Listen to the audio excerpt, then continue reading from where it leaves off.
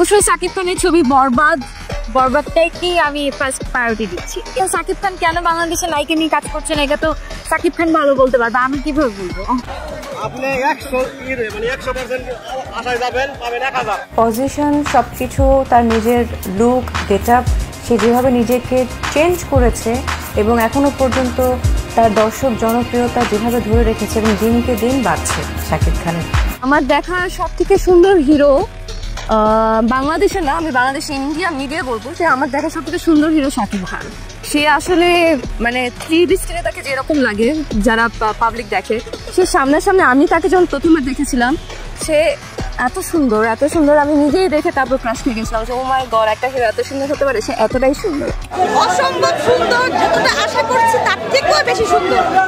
অসংখ্য ধন্যবাদ ওনাকে এত সুন্দর একটা ছবি সবার কাছে উপহার দেওয়ার জন্য। আশা করি আমরা আরো ভালো কিছু পাবো ওনার কাছে।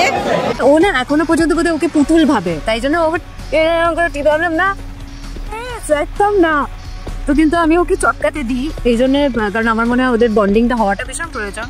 ভাই সিনেমা দেখে কেমন লাগলো?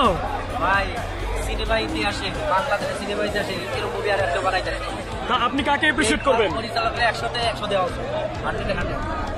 Right now, I think that, I'm sure she's going to be supremely talented because she has it in her genes.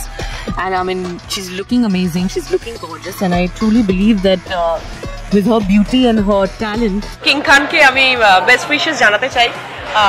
মানে ভীষণই দারুণ প্রমোস দেখেছি, গানগুলো খুব মজার। তো আমি নিশ্চয়ই বলবো বরবাদও অবশ্যই দেখতে সবাইকে।